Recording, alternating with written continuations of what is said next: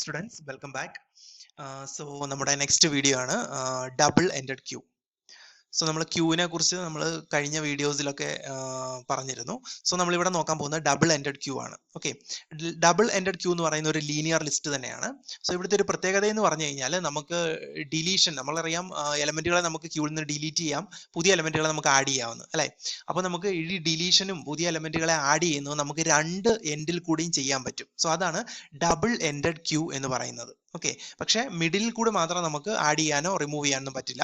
രണ്ട് എൻഡിൽ കൂടി നമുക്ക് ഒന്നെങ്കിൽ ആഡ് ചെയ്യാം അല്ലെങ്കിൽ നമുക്ക് റിമൂവ് ചെയ്യാൻ പറ്റും. ഓക്കെ, സോ ഇതാണ് ഡബിൾ എൻഡഡ് ക്യൂ.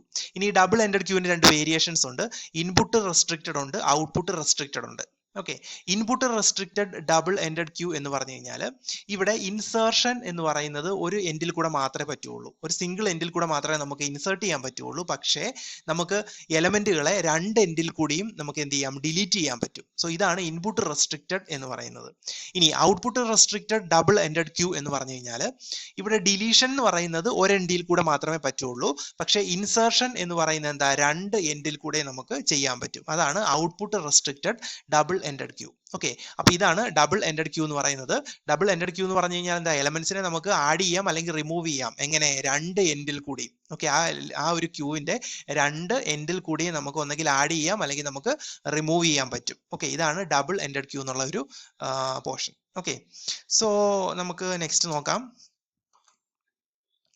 നെക്സ്റ്റ് വരുന്നതാണ് പ്രയോറിറ്റി ക്യൂ. പ്രയോറിറ്റി ക്യൂ എന്ന് പറഞ്ഞു കഴിഞ്ഞാൽ ആ ക്യൂവിലുള്ള എലമെന്റ്സുകൾക്കൊക്കെ ഒരു പ്രയോറിറ്റി അസൈൻ ചെയ്ത് കൊടുക്കും. സോ പ്രയോറിറ്റിയെ ബേസ് ചെയ്തിട്ടാണ് ആ എലമെന്റുകളെ എന്ത് ചെയ്യുക, പ്രോസസ്സ് ചെയ്യുക. ഓക്കെ, അപ്പം എലമെന്റുകളെ ഡിലീറ്റ് ചെയ്യുന്നു, പുതിയ എലമെന്റുകളെയൊക്കെ ആഡ് ചെയ്യുന്നു അല്ലെങ്കിൽ എലമെന്റുകളെ പ്രോസസ്സ് ചെയ്യുന്നു ഒക്കെ ആ എലമെന്റുകളുടെ പ്രയോറിറ്റിയെ ബേസ് ചെയ്തിട്ടാണ്. സോ പ്രയോറിറ്റി നമ്മൾ അസൈൻ ചെയ്ത് കൊടുക്കുന്നുണ്ട് ക്യൂവിലെ എലമെന്റുകൾക്ക്. ഓക്കെ, ഇനി ഇപ്പം ഹയർ പ്രയോറിറ്റി ഉള്ള എലമെന്റ് ആണെങ്കിൽ എന്ത് ചെയ്യും, ആദ്യമേ പ്രോസസ്സ് ചെയ്യും. ഓക്കെ, ഫസ്റ്റ് പ്രോസസ്സ് ചെയ്യുന്നത് ഹയർ പ്രയോറിറ്റി എലമെന്റുകളായിരിക്കും. അതിനുശേഷം അതിനേക്കാൾ പ്രയോറിറ്റി കുറഞ്ഞ എലമെന്റ്, അതിനുശേഷം അതിനേക്കാൾ പ്രയോറിറ്റി കുറഞ്ഞ് അങ്ങനെ പോകും. ഓക്കെ, സോ ലാസ്റ്റ് ഏറ്റവും ലോവർ പ്രയോറിറ്റി ഉള്ള എലമെന്റിനെ ആയിരിക്കും എന്ത് ചെയ്യുക, പ്രോസസ്സ് ചെയ്യുക. ഓക്കെ, അപ്പോൾ പ്രയോറിറ്റി കൊടുക്കുന്നതിനനുസരിച്ച് പ്രയോറിറ്റിയെ ബേസ് ചെയ്തിട്ടായിരിക്കും എലമെന്റുകളെ ഇവിടെ പ്രോസസ്സ് ചെയ്യുന്നത് ഈ പ്രയോറിറ്റി ക്യൂവിൽ. ഓക്കെ, ഇനി നോക്കുക. ഇനിയിപ്പം സപ്പോസ് ഇപ്പം ഒരേ പ്രയോറിറ്റി രണ്ട് എലമെന്റുകൾക്ക് ഒരേ പ്രയോറിറ്റി വരിക എന്ന് വിചാരിക്കുക. ഓക്കെ, അപ്പം രണ്ട് എലമെന്റുകൾക്ക് ഒരേ പ്രയോറിറ്റി വരികയാണെങ്കിൽ ഏത് ഓർഡറിലാണ് ഇവർ ക്യൂവിലേക്ക് ആഡ് ചെയ്തത് അതിന്റെ ബേസിലായിരിക്കും എന്ത് ചെയ്യുക, പ്രോസസ്സ് ചെയ്യുക. ഓക്കെ, അപ്പം ഇതാണ് ഇവിടുത്തെ പ്രത്യേകത എന്ന് പറയുന്നത്. ഇനി പ്രയോറിറ്റി ക്യൂവിനെ നമ്മൾ രണ്ട് രീതിയിൽ ഇംപ്ലിമെന്റ് ചെയ്യാം. അറേ യൂസ് ചെയ്തിട്ട് ഇംപ്ലിമെന്റ് ചെയ്യാം, ലിങ്ക്ഡ് ലിസ്റ്റ് യൂസ് ചെയ്തിട്ട് ഇംപ്ലിമെന്റ് ചെയ്യാം. ഓക്കെ, ക്യൂ മാത്രമല്ല, പ്രയോറിറ്റി ക്യൂ മാത്രമല്ല, നമ്മൾ ക്യൂവിനെ നമുക്ക് അറേ യൂസ് ചെയ്തിട്ട് ഇംപ്ലിമെന്റ് ചെയ്യാം, ലിങ്ക്ഡ് ലിസ്റ്റ് യൂസ് ചെയ്തിട്ട് ഇംപ്ലിമെന്റ് ചെയ്യാം. സ്റ്റാക്കും ഇതുപോലെ തന്നെയാണ്. സ്റ്റാക്കിനെ നമുക്ക് അറേ യൂസ് ചെയ്തിട്ട് ഇംപ്ലിമെന്റ് ചെയ്യാൻ പറ്റും, ലിങ്ക്ഡ് ലിസ്റ്റ് യൂസ് ചെയ്തിട്ട് ഇംപ്ലിമെന്റ് ചെയ്യാൻ പറ്റും. ഓക്കെ, അപ്പോൾ നമ്മളിവിടെ ഈ പ്രയോറിറ്റി ക്യൂവിനെ നമുക്ക് ഡിഫറെന്റ് ആയിട്ട് ഇംപ്ലിമെന്റ് ചെയ്യാം. അതായത് അറേ യൂസ് ചെയ്തിട്ട് ഇംപ്ലിമെന്റ് ചെയ്യാം, ലിങ്ക്ഡ് ലിസ്റ്റ് യൂസ് ചെയ്തിട്ട് ഇംപ്ലിമെന്റ് ചെയ്യാം. സോ അറേ യൂസ് ചെയ്തിട്ടാണ് നമ്മൾ പ്രയോറിറ്റി ക്യൂവിനെ റെപ്രസെന്റ് ചെയ്യുക അല്ലെങ്കിൽ ഇംപ്ലിമെന്റ് ചെയ്യാന്ന് വിചാരിക്കുക. അങ്ങനെയാണെങ്കിൽ നമ്മൾ ഈ പ്രയോറിറ്റിയുടെ ലെവലിനെ ബേസ് ചെയ്തിട്ട് സെപ്പറേറ്റ് ക്യൂസ് ആക്കും. ഓക്കെ, അപ്പം പ്രയോറിറ്റിയുടെ നമ്പർ അല്ലെങ്കിൽ പ്രയോറിറ്റി ലെവലിനെ ബേസ് ചെയ്തിട്ട് നമ്മൾ എന്ത് ചെയ്യും, ഓരോരോ ക്യൂകൾ സെപ്പറേറ്റ് ക്യൂസ് ആയിരിക്കും നമ്മളിവിടെ ഈ അറേ റെപ്രസെന്റേഷനിൽ യൂസ് ചെയ്യുന്നത്. ലിങ്ക്ഡ് ലിസ്റ്റ് ആയിട്ടാണ് നമ്മൾ പ്രയോറിറ്റി ക്യൂവിനെ റെപ്രസെന്റ് ചെയ്യുന്നതെങ്കിൽ എന്താ ചെയ്യുക, അവിടെ നമ്മൾ നോഡ് യൂസ് ചെയ്തിട്ടാണ്. നമ്മൾ ലിങ്ക്ഡ് ലിസ്റ്റ് പഠിക്കുമ്പോൾ നമുക്ക് മനസ്സിലാവും എന്താ നോഡ് എന്നുള്ളത്. സോ ഓരോരോ ഇൻഫർമേഷൻ നമ്മൾ നോഡുകളിലാണ് ആക്കുന്നത്. ഓക്കെ, നോഡ് യൂസ് ചെയ്തിട്ടാണ് നമ്മൾ റെപ്രസെന്റ് ചെയ്യുക. ഇവിടെ നോഡ് എന്ന് പറയുന്നതിനകത്ത് മൂന്ന് ഐറ്റംസ് കാണും. ഒരു നോഡിനകത്ത് മൂന്ന് ഐറ്റംസ് കാണും. ഫസ്റ്റ് എന്ന് പറയുന്നത് ഒരു ഇൻഫർമേഷൻ ഫീൽഡ്, അതായത് ഡാറ്റ ഫീൽഡ് ആണ്, ഇൻഫോ എന്ന് പറയും. രണ്ടാമത്തെ ഐറ്റം എന്ന് പറയുന്നത് എന്താണ്, പ്രയോറിറ്റി നമ്പർ ആണ്. ഓക്കെ, ആ ഒരു ഇൻഫർമേഷൻ ഉള്ള പ്രയോറിറ്റി നമ്പർ.